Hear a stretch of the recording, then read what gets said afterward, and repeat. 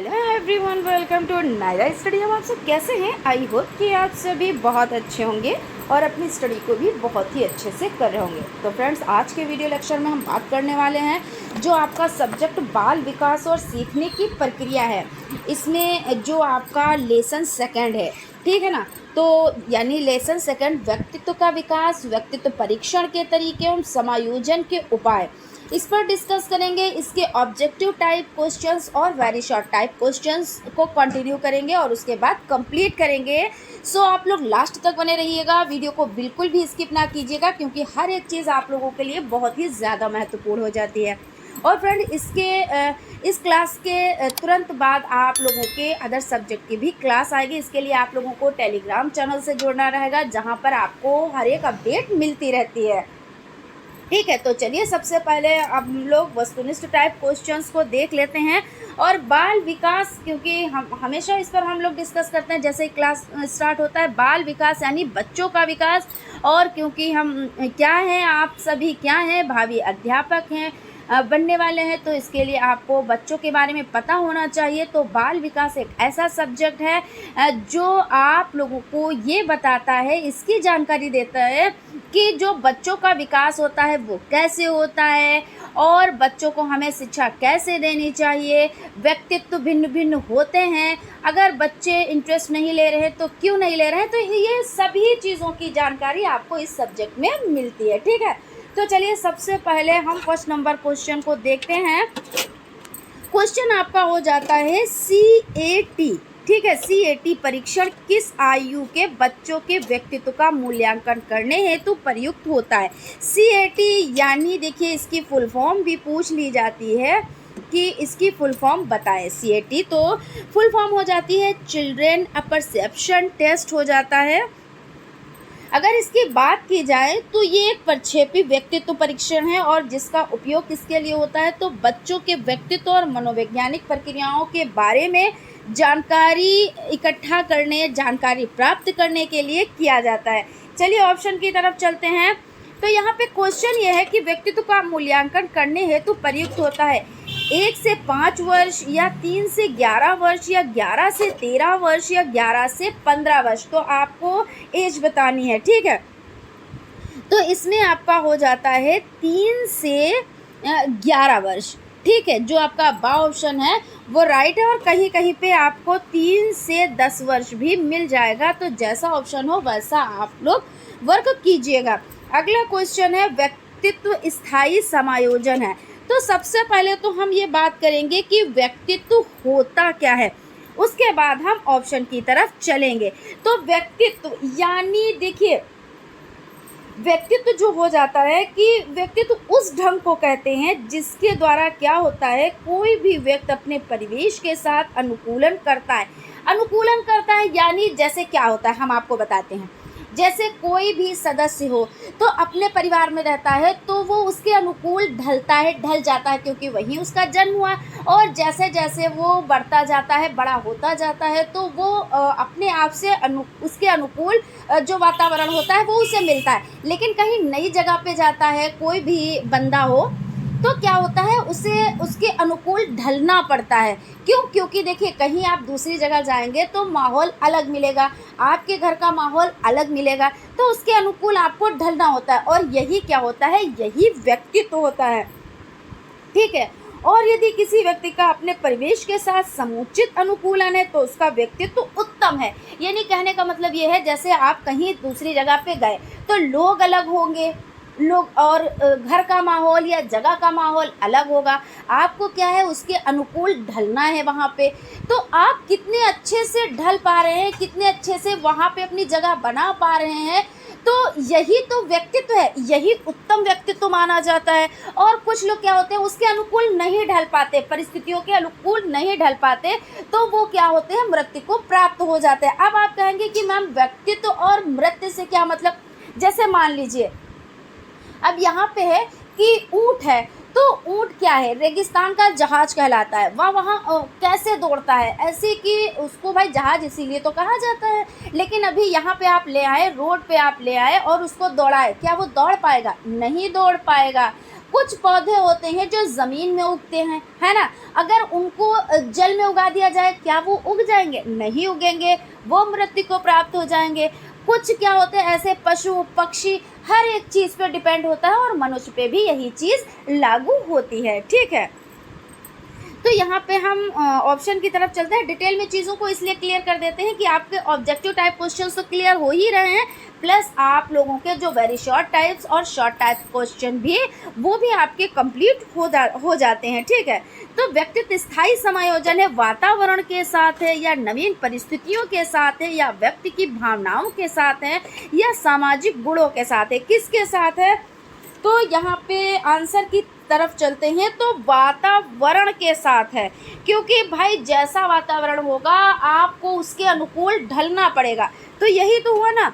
अगला क्वेश्चन है, व्यक्ति का संपूर्ण व्यवहार प्रतिमान जो उसकी समस्त विशेषताओं के योग को व्यक्त करता है क्या कहलाता है? देखिए एक बार क्वेश्चन फिर से समझ लें।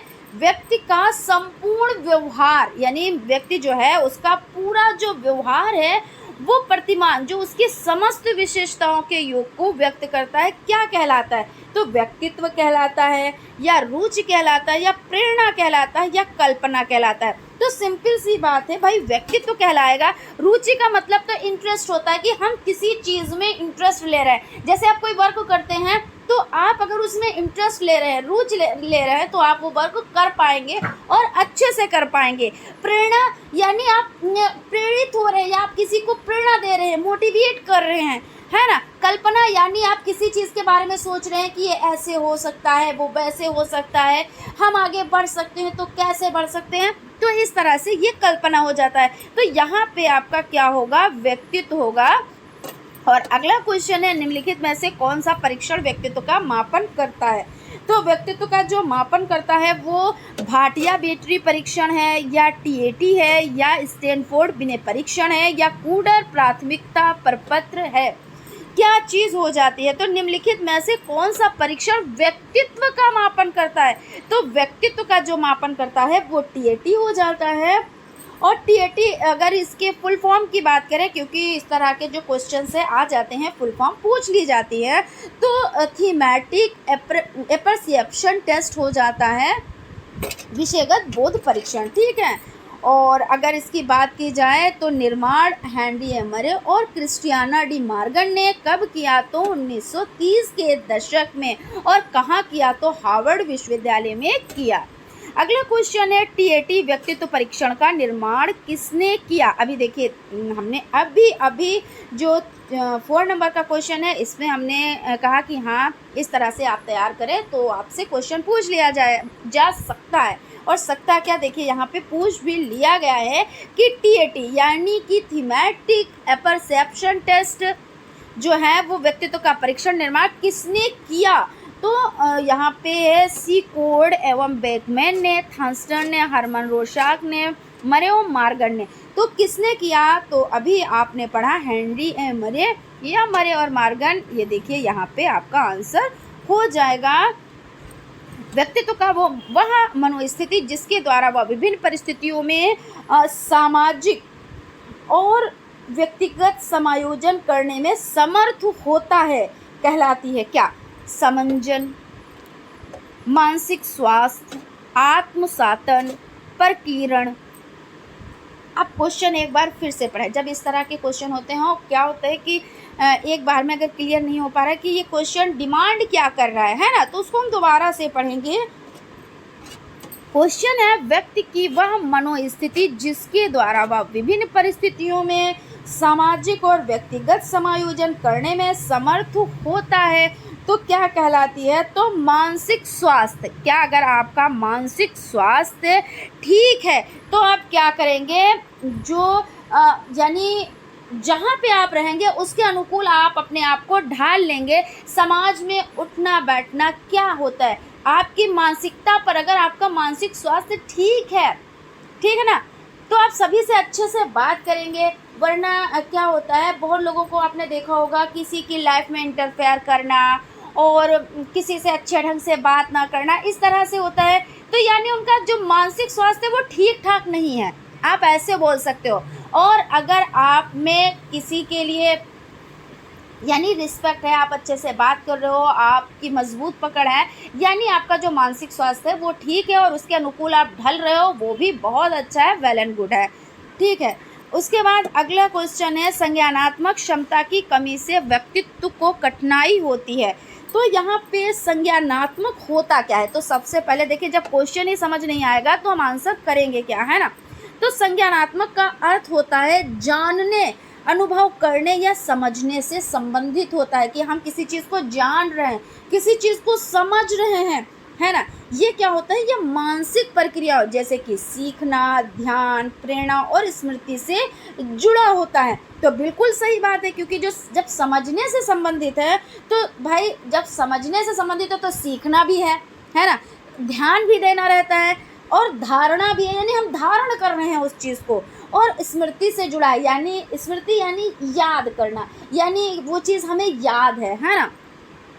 तो शारीरिक विकास में या बौद्धिक विकास में या व्यावसायिक विकास में या समायोजन में, तो किस में होगा? तो आपका देखिए यहाँ पे आंसर हो जाएगा समायोजन। क्या हो जाएगा? तो यहाँ पे आपका हो जाएगा समायोजन। ठीक है ना। और अगला क्वेश्चन है, पहले इसे हम टिक कर देते हैं, समायोजन। जहाँ पे कोई चीज़ क्लियर नहीं हो पाई, जैसे बाई चांस मैं तो हर चीज़ को क्लियर करने की कोशिश करती हूँ, लेकिन फिर भी अगर वो चीज़ क्लियर नहीं हो पाई तो आप लोग कमेंट बॉक्स में कमेंट करें, हम उसका रिप्लाई ज़रूर देंगे और उस चीज़ को क्लियर भी ज़रूर करेंगे। और आप लोगों देखिए लाइव सेशन से ज़रूर जुड़ें, जिससे क्या होगा कि आप लोगों के जो भी डाउट्स होंगे वो तुरंत क्या होगा, जो भी डाउट्स होंगे वो क्लियर हो जाएंगे। ठीक है ना। तो और अगर अभी तक आप लोगों ने चैनल को सब्सक्राइब नहीं किया है तो प्लीज़ सब्सक्राइब कीजिएगा, बेल आइकन को प्रेस कीजिएगा, और चीज़ें पसंद आए तो लाइक भी ज़रूर कीजिएगा, क्योंकि एक लाइक तो बनता है ना। उसके बाद है अगला क्वेश्चन, सिगमंड फ्रायड द्वारा प्रतिपादित व्यक्तित्व विकास के सिद्धांत को कहा जाता है। तो क्या कहा जाता है? शारीरिक विकास का सिद्धांत, भावात्मक विकास का सिद्धांत, मनोविश्लेषणात्मक सिद्धांत, ज्ञानात्मक सिद्धांत। क्या होता है? तो यहाँ पे आपका हो जाएगा मनोविश्लेषणात्मक सिद्धांत। क्या हो जाएगा? जो आपका सा ऑप्शन है वो आपका राइट हो जाएगा। ठीक है।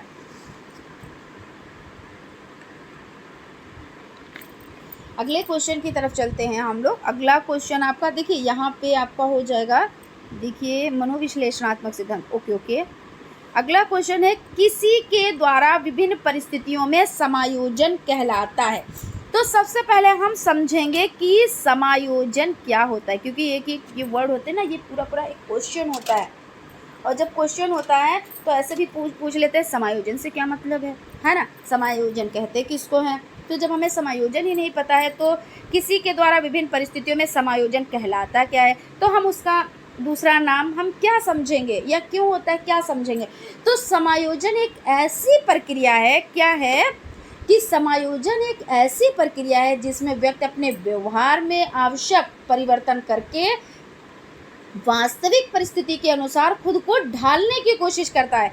मतलब चीज़ समझ में आई ना, कि क्या कह रहे हैं कि ये एक ऐसी प्रक्रिया है जिसमें व्यक्ति अपने व्यवहार में आवश्यक परिवर्तन, जैसे हमारा व्यवहार जैसा है, हम उसमें ज़रूरी बदलाव करके और जो परिस्थितियाँ होंगी उसके अनुकूल हम क्या करेंगे, खुद को ढाल लेंगे। कभी कभी क्या होता है कि हम जहाँ पे रह रहे होते हैं वहाँ का तौर तरीका अलग होता है, माहौल अलग होता है, रहन सहन अलग होता है, खान पान अलग होता है, लेकिन हम जब कहीं दूसरी जगह जाते हैं तो रहन सहन, माहौल, वातावरण सभी चीज़ें बदली हुई होती है, खान पान भी बदले हुए होते हैं, हर एक चीज़। लेकिन हम क्या करते हैं कि हम वहाँ पे समायोजन करते हैं, यानी अपने आप को ढालने की कोशिश करते हैं, और उस कोशिश में कामयाब भी होते हैं। जब हम क्या करेंगे, पूरे लगन के साथ कोशिश करेंगे तो हम कामयाब ज़रूर होंगे। तो यही समायोजन होता है। अब देखिए, अब आप समझ गए ना।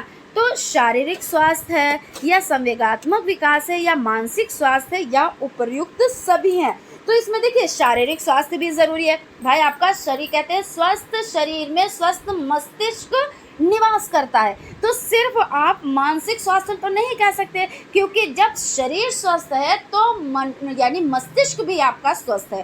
तो ये दोनों हो गए, और संवेगात्मक विकास भी हो गया, यानी अब उपर्युक्त सभी हो गए।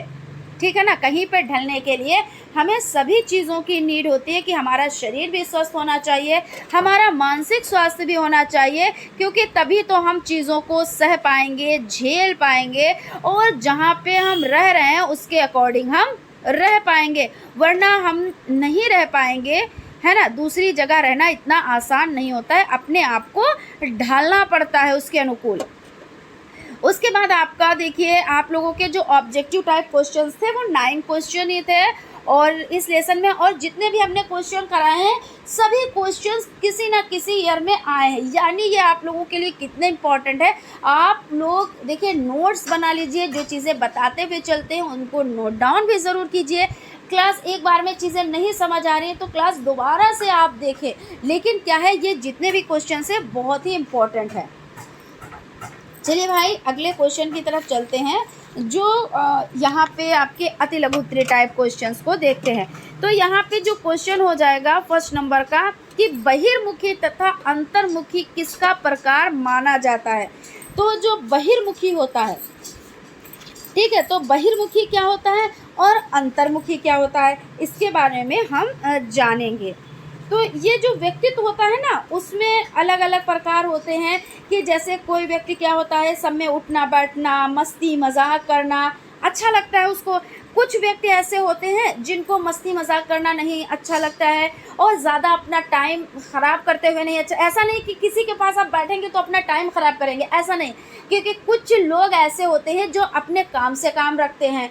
काम से काम रखने का मतलब कि वो अकेले में क्या करते हैं, मंथन करते हैं, चीज़ों को सोचते हैं कि हमें क्या क्या करना है या आगे हमें कैसे बढ़ना है, या अगर हम ये स्टेप अपनाएंगे उसके आगे जो दूसरा स्टेप होगा उसको हम क्या अपनाएंगे। तो ये चीज़ें, तो ऐसे मनुष्य क्या होते हैं, ज़्यादातर वो अकेले ही रहते हैं, क्योंकि अकेले रहेंगे तभी तो सोच पाएंगे, तभी तो कर पाएंगे। और ऐसे व्यक्ति क्या होते हैं, वो ज़्यादा किसी के चक्कर में नहीं पड़ते हैं, यानी कि दुनिया में क्या हो रहा है उनसे मतलब नहीं है, कौन क्या कह रहा है उनसे मतलब नहीं है। कुछ लोग ऐसे होते हैं जो सब में बैठना, अपने आप को अच्छा साबित करना, लोगों से बातें करना, हंसी मजाक करना, ठीक है ना, और मौका पड़ा तो इधर उधर की वो भी कर देते हैं, है ना। बहुत से लोग ऐसे होते हैं, तो वो अलग कैटेगरी में आते हैं। तो यहाँ पे जो बहिर्मुखी हो जाता है वो व्यक्ति कैसे होते हैं, तो ऐसे व्यक्ति जो होते हैं उनमें क्या होता है, कार्यकुशलता की मात्रा अंतर्मुखी व्यक्तित्व से अधिक होती है और अचेतन मन स्वार्थी होता है। बहिर्मुखी जो होते हैं वो सबके पास बैठना उनको अच्छा लगता है, बहुत ज़्यादा बातें करनी अच्छी लगती हैं, इधर उधर की भी बातें वो करेंगे, वो हो जाएंगे बहिर्मुखी। लेकिन अंतर्मुखी जो होते हैं वो क्या होते हैं, तो अंतर्मुखी व्यक्ति जो होते हैं वो सामाजिक समारोह या भीड़ भाड़ वाली जगहों की तुलना में अकेले या कम लोगों के साथ समय बिताना पसंद करते हैं और क्या करते हैं, दूसरों के साथ बातचीत करने में नहीं बल्कि अकेलेपन में या शांत वातावरण में चिंतन करने से प्राप्त करते हैं वो। तो ऐसा नहीं है कि जो अंतर्मुखी है तो वो निठल्ला है, बेकार है, किसी से नहीं बात करता है, तो वो मतलब किसी काम का नहीं, वो काम का वो भी है और बहिर्मुखी है, लेकिन अपने अपने स्वभाव की बात होती है, ठीक है।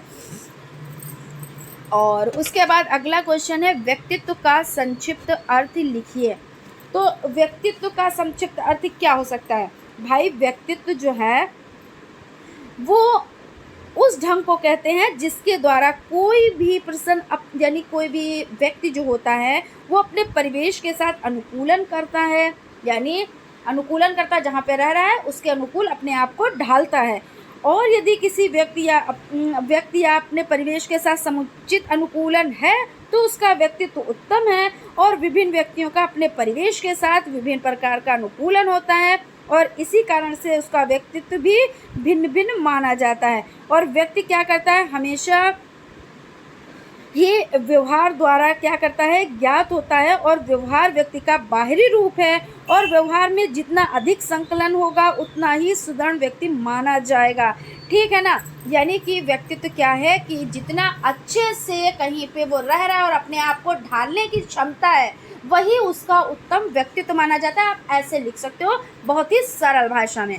उसके बाद है व्यक्तित्व की एक परिभाषा। तो व्यक्तित्व की बहुत सारी परिभाषाएं भरी पड़ी हैं, लेकिन कुछ की परिभाषाएं हम आपको बताते हैं और यहाँ पे एक ही परिभाषा पूछा, हो सकता है नेक्स्ट टाइम 2 परिभाषाएं पूछ ले, है ना। तो हम आप लोगों को 2 से 3 परिभाषाओं से इंट्रोड्यूस कराते हैं।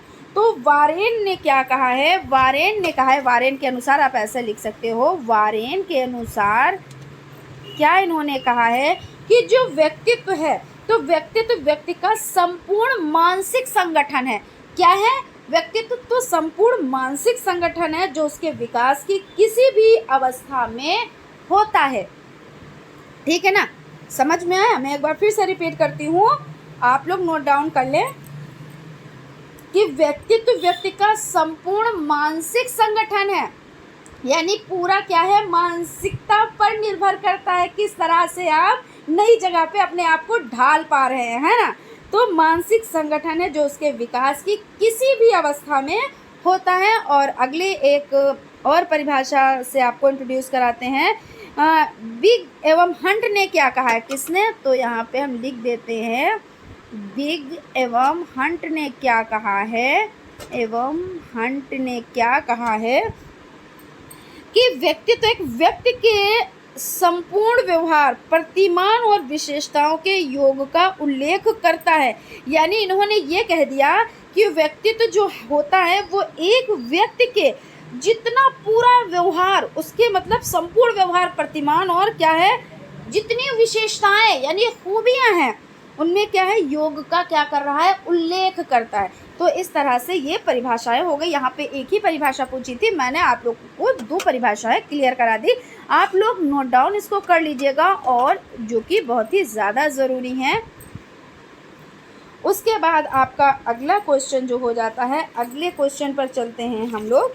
तो यहाँ पे अगला क्वेश्चन है, युंग ने सामाजिक अंतःक्रिया के आधार पर व्यक्तित्व को किन किन भागों में वर्गीकृत किया है। ठीक है ना, एक बार देखिए क्वेश्चन हम फिर से पढ़ते हैं।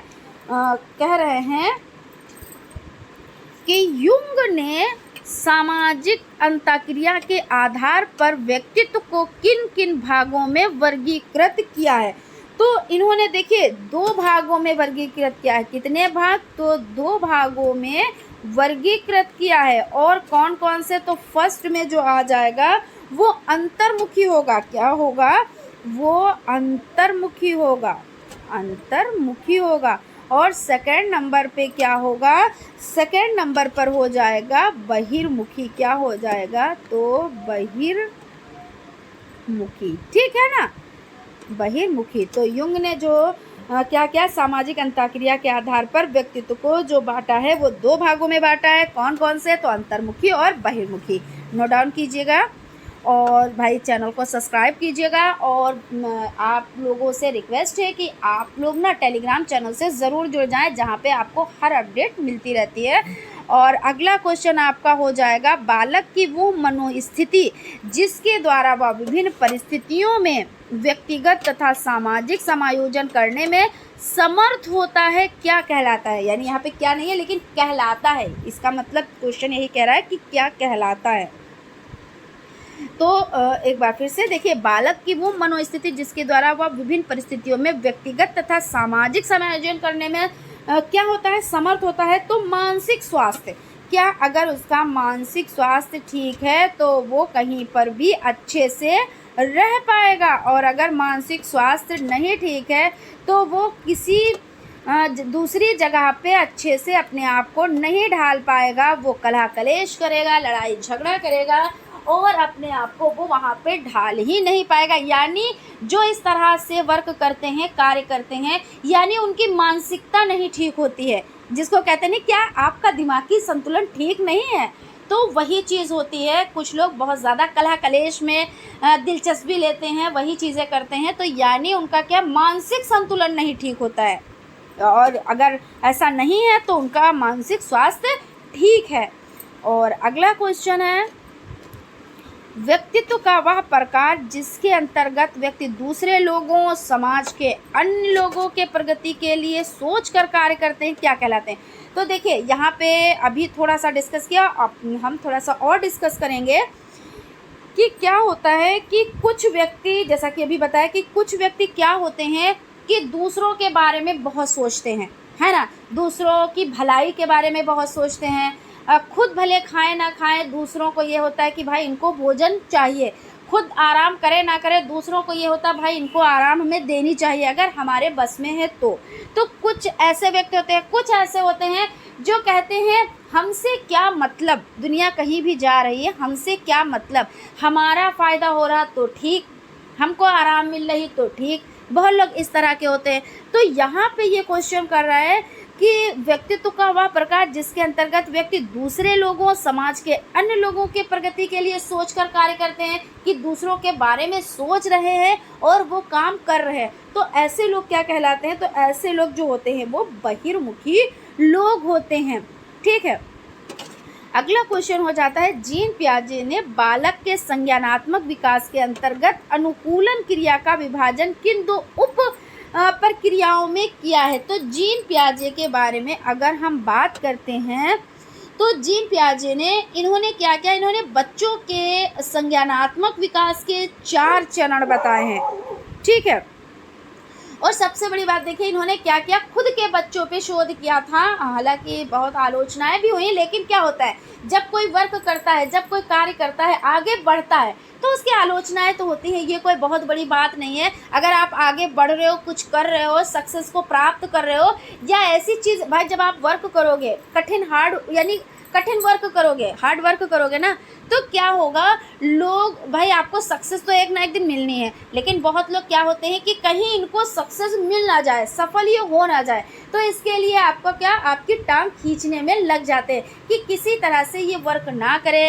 उनकी बुराई भलाई होने लगती हैं और बहुत से षड्यंत्र लोग करने लगते हैं, तो ये चीज़ होती है। तो ऐसे ही जीन पियाजे जी के साथ भी हुआ, इन्होंने अपने बच्चों पे शोध किया, तो इनके लिए बहुत आलोचनाएं हुई, लेकिन कहते नहीं आलोचना के बाद सक्सेस होती है, तो इनको सक्सेस भी मिली। अगर सक्सेस ना मिलती तो आज हम इनके बारे में नहीं पढ़ रहे होते, और इतिहास गवाह है जितने भी लोग सक्सेस हुए हैं उनकी आलोचनाएं ज़रूर हुई और बाद में वो सक्सेस भी ज़रूर हुए हैं। ठीक है, तो कभी भी आलोचनाओं से नहीं डरना चाहिए, नहीं घबराना चाहिए। अगर कोई कुछ कह रहा है तो भाई ठीक है, तुम बड़े हो जाओ, मैं छोटा ही सही, ठीक है ना।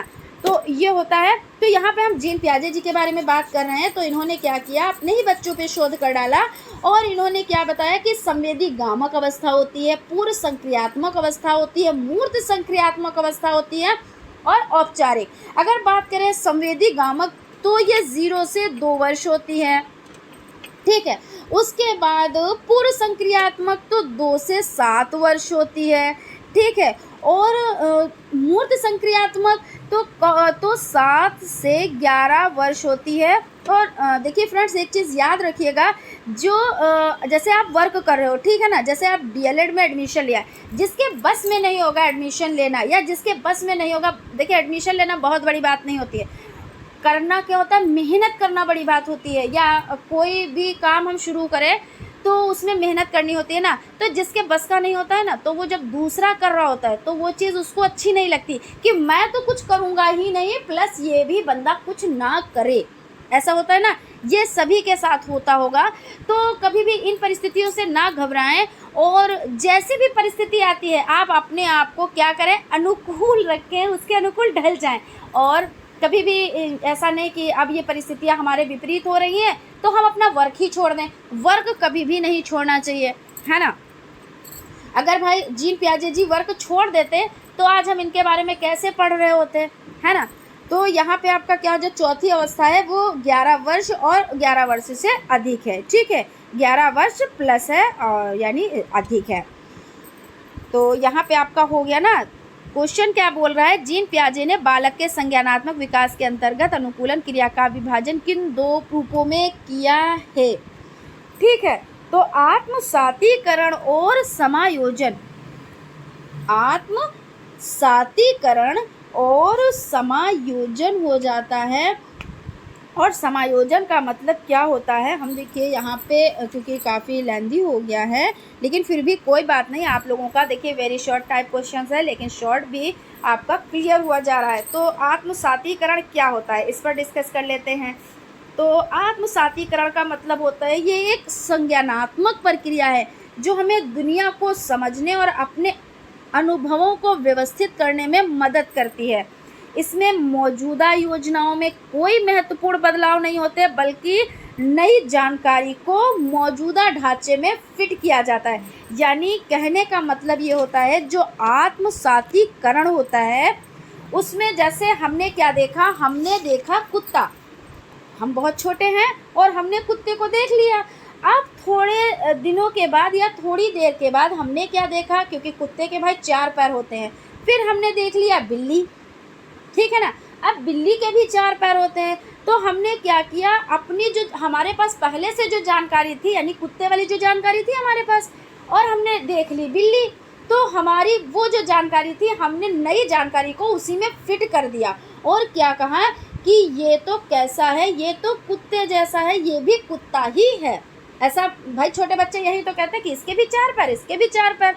तो वो क्या होता है, आत्मसातीकरण होता है। और दूसरा जो समायोजन होता है वो क्या होता है, तो समायोजन एक ऐसी प्रक्रिया है जिसमें व्यक्ति अपने व्यवहार में जो ज़रूरी परिवर्तन होते हैं उनको करके वास्तविक परिस्थितियों के अनुसार खुद को ढालने की कोशिश करता है। यानी देखिए क्या होता है कि जैसे भी परिस्थितियां हो उसमें अपने आप को उन्हीं परिस्थितियों में ढालता है, ठीक है। ये क्या होता है, ये समायोजन होता है। और ये दोनों चीज़ें आपको याद भी रखनी है, ऐसे भी क्वेश्चन आ सकता है, जैसे ये 7 नंबर का है, और ये भी पूछ सकते हैं आत्मसातीकरण क्या होता है, इससे आप क्या समझते हैं, या समायोजन क्या होता है, इससे आप क्या समझते हैं, ठीक है।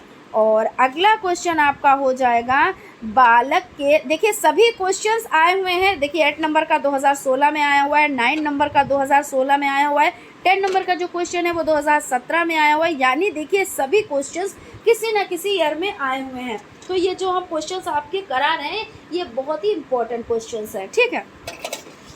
उसके बाद आपका अगला क्वेश्चन जो हो जाएगा वो है बालक के संवेगात्मक विकास से संबंधित विकासात्मक सिद्धांत का प्रतिपादन किसने किया। तो इसमें आपका क्या हो जाएगा, जीन पियाजे ने, ठीक है ना। और इनके बारे में अभी हम लोग बात कर चुके हैं, लेकिन फिर से एक बार बात करेंगे। तो बालक के संवेगात्मक, यहाँ पे देख लेते हैं, जीन पियाजे के संवेगात्मक अनुकूलन क्रिया यहाँ पे हो जाता है और विकासात्मक सिद्धांत हो जाता है ना। तो यहाँ पे क्या होगा, जीन पियाजे, बालक के संवेगात्मक विकास से संबंधित विकासात्मक सिद्धांत का प्रतिपादन किसने किया, तो कौन हो जाते हैं, तो जीन पियाजे महोदय हो जाते हैं। और इन्होंने अपने ही बच्चों पे शोध किया और इनकी जो अवस्थाएं है वो 4 अवस्थाएं, संवेदीगामक, पूर्व संक्रियात्मक, मूर्त संक्रियात्मक और औपचारिक। जो फर्स्ट आपकी हो जाएगी 0 से 2 वर्ष, और सेकंड 2 से 7 वर्ष, थर्ड 7 से 11 वर्ष, और फोर्थ 11 वर्ष से अधिक हो जाएगी। और जीन पियाजे द्वारा प्रतिपादित बालक के संज्ञानात्मक विकास से संबंधित तीसरी अवस्था क्या कहलाती। तो अभी हमने बताया कि फर्स्ट जो है वो संवेदीगामक, यानी कि यहाँ पे संवेदीगामक है, तो आपको चारों याद कर लेनी, तीसरी पूछ ले, चौथी पूछ ले, पहली पूछ ले, दूसरी, तो आप कर ले जाओगे। तो पहली कौन सी है, संवेदीगामक, दूसरी पूर्व संक्रियात्मक, तीसरी मूर्त संक्रियात्मक, चौथी औपचारिक। और इसमें जो ईयर है वो भी पूछ लिया जा सकते हैं, तो आपको वो भी हमने क्लियर करा दिया, ठीक है। अगला क्वेश्चन है, रोरशाक परीक्षण विधि को किस मनोवैज्ञानिक ने आरंभ किया था। तो जो रोरशाक परीक्षण विधि है उसको देखिए हरमन रोरशाक, किसने, तो यहाँ पे हम लिख देते हैं हरमन रोरशाक, हरमन रोरशाक नामक स्विस मनोवैज्ञानिक ने शुरू किया था। और इन्होंने कब, तो 1921 यानी 1921 में इस परीक्षण को विकसित किया, जिसमें क्या किया, 10 स्याही के धब्बों का उपयोग किया। इसमें क्या किया जाता है, तो इसमें 10 स्याही के धब्बों का उपयोग किया जाता है, किसमें, तो रोरशाक परीक्षण में। और अगला क्वेश्चन आपका हो जाएगा, टीएटी का संबंध किससे है। तो जो टीएटी है देख लेते हैं, टीएटी का संबंध जो होता है, सबसे पहले इसके फुल फॉर्म पे बात करेंगे, थीमेटिक अपरसेप्शन टेस्ट हो जाता है। और उसके बाद आपका हो जाता है किससे संबंधित है, ये चीज़ पूछ रहे हैं। तो ये देखिए जो हो जाता है वो बुद्धि परीक्षण से है ना। तो विषयगत बोध परीक्षण का निर्माण किसने किया, तो हेनरी ओ मरे और क्रिस्टियाना डी मार्गन ने 1930 के दशक में किया। कब किया, तो हार्वर्ड विश्वविद्यालय में किया। और उसके बाद आपका हो जाएगा यहाँ पे क्वेश्चन क्लियर है ना, चीज़ें कहीं पे कोई डाउट कोई कन्फ्यूज़न तो नहीं है। ठीक है, चलते हैं भाई आज की सीरीज़ का जो लास्ट क्वेश्चन है उसको देख लेते हैं। तो यहाँ पे अंतर्मुखी व्यक्तित्व से आप क्या समझते हैं। तो अभी इस पर हम लोग डिस्कस कर चुके हैं, लेकिन एक बार फिर से क्योंकि क्वेश्चन आया है तो डिस्कस कर, ऐसा तो नहीं कह सकते ना भाई वो क्वेश्चन देख ले, उस नंबर का क्वेश्चन देख ले, ऐसा नहीं कह सकते। क्लियर करेंगे और जितना ज़्यादा क्लियर करेंगे उतना अच्छा होता है।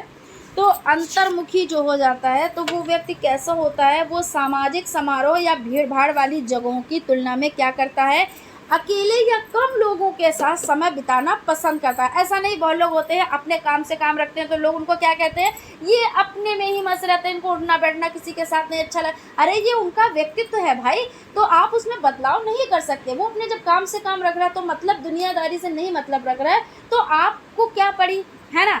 तो ऐसे व्यक्तित्व होते हैं, 3 तरह के होते हैं, अंतर्मुखी, बहिर्मुखी और उभयमुखी। उभयमुखी में ये होता है कि दोनों तरह के जो मिजाज होते हैं, अंतर्मुखी बहिर्मुखी, तो वो उसका मिश्रण होता है, ठीक है ना। तो अंतर्मुखी में क्या होता है, इसकी विशेषताएं देखिए क्या होता है, जो बाह्य जगत की वस्तुओं से कम अनुराग होता है, और वे क्या होते हैं, एकांकी होते हैं, कर्तव्यपरायण होते हैं और समय का सदैव ध्यान रखते हैं। यानी वो कर्तव्यपरायण भी होते हैं और क्या करते हैं कि 1 मिनट उनका खराब ना हो। जैसे ऐसा बहुत लोग होते हैं कि एक वर्क कर लिया फिर 1 घंटे का रेस्ट ले लिया, अरे अभी बहुत काम पड़ा, अभी बहुत, बस बोलते बोलते 1 घंटे का रेस्ट ले लिया, फिर दूसरा काम थोड़ा सा किया, फिर क्या किया, फिर 1 घंटे का रेस्ट लिया। लेकिन बहुत लोग क्या करते हैं, अपने टाइम के अकॉर्डिंग चलते हैं और क्या करते हैं, वो मतलब टाइम को एक कहते हैं कि वर्क में ही बिताते हैं। तो इस तरह के लोग होते हैं। और यहाँ पे आपका हो जाएगा, यह व्यवहार कुशल नहीं होते हैं, हंसी मजाक एवं व्यर्थ के छलों आदि में नहीं फंसते। यानी क्या करते हैं ऐसे लोग कि बहुत भीड़ लगी है उसमें बैठे हैं, बातचीत कर रहे हैं, हंसी मजाक कर रहे हैं, ऐसा नहीं करते। वो अपने काम से काम रखते हैं और सस्ती लोकप्रियता के इच्छुक नहीं होते। जैसे भाई आप किसी के पास बैठेंगे बहुत ज़्यादा, क्या होगा, यही तो कहेंगे भाई उसका मिजाज बहुत अच्छा है और वो हमारे पास बहुत देर तक बैठता है। लेकिन क्या होता है, जब वो आपके पास बहुत देर तक बैठेगा यानी वो कुछ काम ही नहीं कर रहा है, सिर्फ बैठा है और बातों में आपको फंसा रहा है, यही तो होता है ना। तो जब बातें ही बातें होंगी, उसके पास काम ही नहीं होगा, तो वो आपके पास 2-4 घंटे 10 घंटे भी बैठ लेगा। तो ऐसे जो मिजाज के लोग होते हैं यानी अंतर्मुखी, तो ऐसे नहीं होते हैं, वो अपने काम से काम रखते हैं, ठीक है ना। तो बहुत सारी विशेषताएं हैं। खैर ये आप लोगों का वेरी शॉर्ट टाइप है तो इतना इनफ है। बाकी अगर शॉर्ट भी क्वेश्चन आ जाता है तो आप इसको क्लियर कर ले जाएंगे आराम से। और जितनी मैंने सरल भाषा में आपको चीज़ें बताई और जो चीज़ें देखिए आप सीखें, तो अपने जो चारों तरफ हो रहा है उससे जोड़कर शिक्षा ले। कभी भी शिक्षा देखें रटन पद्धति पे नहीं सीखी जा सकती। जो चीज़ें होती, जैसे आपने छोटे बच्चे को देखा, उसके हाव भाव को देखें कि अगर ये छोटा बच्चा है तो इसके हाव भाव कैसे है। तो अगर शिशुअवस्था में है तो आप शिशुअवस्था के बारे में अच्छे से लिख पाएंगे। बाल अवस्था में वो बच्चा है, उसके हाव भाव, वो कैसे क्या चाहता है, कैसे उठता बैठता है, क्या क्या चीज़ें उसमें, क्या क्या एक्टिविटीज़ वो करता है। तो आपने क्या किया, बाल अवस्था के बारे में अच्छे से सीख लिया। किशोर अवस्था है तो हर एक चीज़ अगर आप शिक्षा लेना तो आपके चारों तरफ जो चीज़ें फैली पड़ी हैं आप उसी से ज्ञान प्राप्त कर सकते हैं, शिक्षा प्राप्त कर सकते हैं। वैसे तो आपके पास बहुत सारा कलेक्शन होगा, लेकिन कुछ लोग क्या होता है कलेक्शन होते हुए भी चीज़ों को नहीं सीख पाते हैं, ठीक है। तो भाई हम यहाँ पे वाइंड अप करते हैं सेशन को और मिलते हैं अगले क्लास में। तब तक आप लोग अपना ख्याल रखें और स्टडी को कंटिन्यू करें। Thank you.